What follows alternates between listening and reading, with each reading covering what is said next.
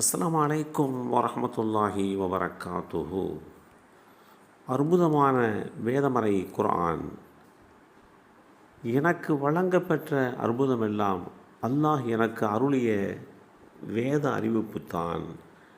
இந்த செய்தி சஹீஹுல் புகாரியிலே 4981 என்ற எண்ணிலே பதிவு செய்யப்பட்டு இருக்கின்றன. அல் குர்ஆனோடு அதில் சொல்லப்பட்டிருக்கக்கூடிய விஷயங்களோடு பல்வேறு விதமான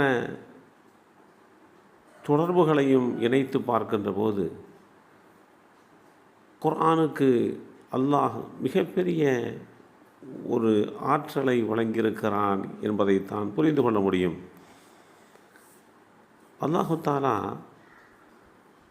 தன்னுடைய தூதராக ஏற்றம் பெற்ற மூசா அலைஹிஸ்ஸலாம் அவர்களுக்கு கைத்தடியை பாம்பாக மாற்றும் ஆற்றலை கொடுத்தான். அல்லாஹுடைய தூதராக ஏற்றம் பெற்ற நபி ஈசா அலைஹிஸ்ஸலாம் அவர்களுக்கு வெண்குஷ்டம் கருங்குஷ்டத்தை சுகமாக்கும் ஆற்றலை கொடுத்தான். அவைகள் அவர்களுடன் முடிந்துவிட்டது. ஆனால் அல்லாஹுடைய தூதர் ஸல்லல்லாஹு அலைஹி வஸல்லம் அவர்கள் தன்னுடைய தூதருக்கு அல் குர்ஆனை அற்புதமாக கொடுத்தான்.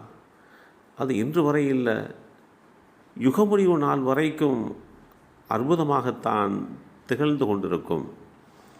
இதற்கு முன்பு இறக்கிய தௌராத், இன்ஜீல், ஜபூர் ஆகிய வேதங்களில் பல்லாயிரக்கணக்கான மாற்றங்கள் நிகழ்ந்துவிட்டன. ஆனால் வேதமறை குர்ஆனிலே 1400 ஆண்டுகள் ஆகியும் எந்த விதமான ஒரு புள்ளி கூட மாற்ற முடியாத அளவுக்கு தனித்துவத்தோடு இருக்கின்றது.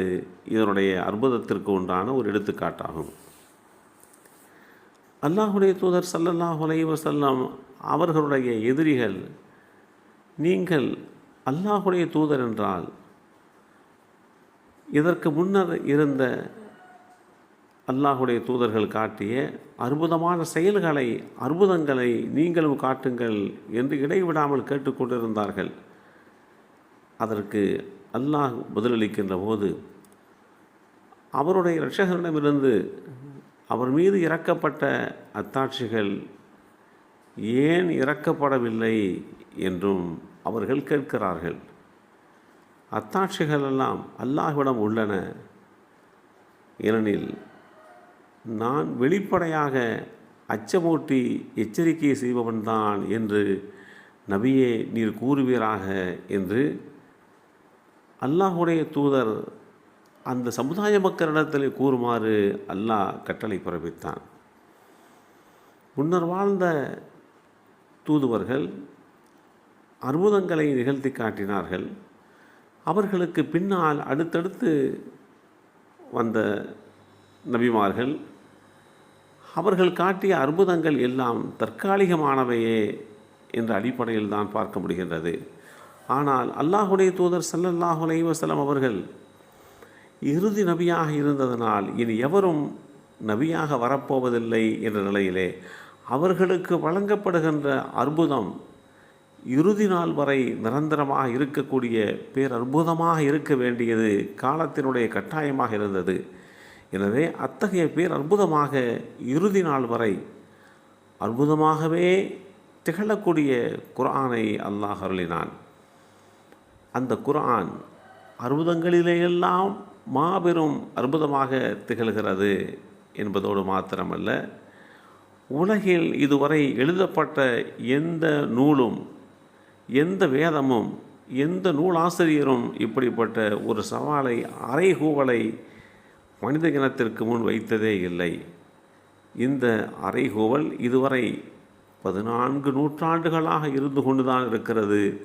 ஆனால் இன்று வரை அந்த அறைகூவல், சவால் எவராலும் எதிர்கொள்ளப்படவில்லை. குர்ஆனில் பல்வேறு இடங்களில் இந்த அறிவிப்பு திரும்ப திரும்ப வருகிறது என்பதை நாம் புரிந்து கொள்ள வேண்டும்.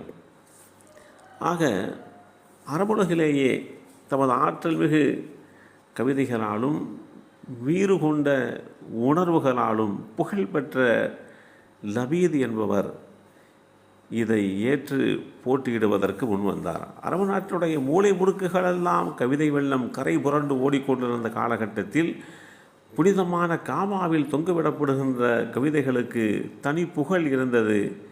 மிகச்சிறந்த கவிதைகளுக்கு மட்டுமே அந்த மரியாதை கிடைத்தது. அந்த மிகச்சிறந்த கவிஞர்களில் ஒருவரான லபீத் ஒரு கவிதை எழுதி புனிதமான காபாவுடைய வாயிலில் தொங்கவிட்டார். இவ்வாறு அவர் தொங்கவிட்ட நிகழ்ச்சி நடந்த உடனே இஸ்லாமியர் ஒருவர் குர்ஆனிலே இருந்து ஒரு அத்தியாயத்தை எழுதி அதற்கு அருகிலேயே மாட்டி வைத்தார்.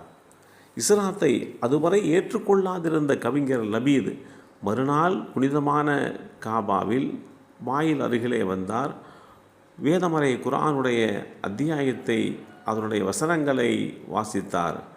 அத்தியாயத்தின் ஆரம்ப வரிகளிலேயே அவர் அசாதாரணமான முறையிலே ஒரு விதமான மாறுதலுக்கு ஆளானார். இவை மனிதனின் வார்த்தைகளே அல்ல, இவை அல்லாஹுடைய வார்த்தைகள் தான் என்பதை ஏற்றுக்கொள்கிறேன் என்று கூறிய செய்திகள் வரலாற்றிலே இடம்பெற்றிருக்கின்றன. அப்படிப்பட்ட புனிதமான குர்ஆன் இறங்கப்பட்டிருக்கக்கூடிய இந்த ரமலான் மாதத்தில் அதிகமாக அந்த குர்ஆனோடு நாம் ஒன்றித்து போயிருக்க வேண்டும். எல்லாம் வல்ல அல்லாஹ் அருள்வாளிப்பானாக. அஸ்ஸலாமு அலைக்கும் வரஹ்மத்துல்லாஹி வபரகாத்துஹு.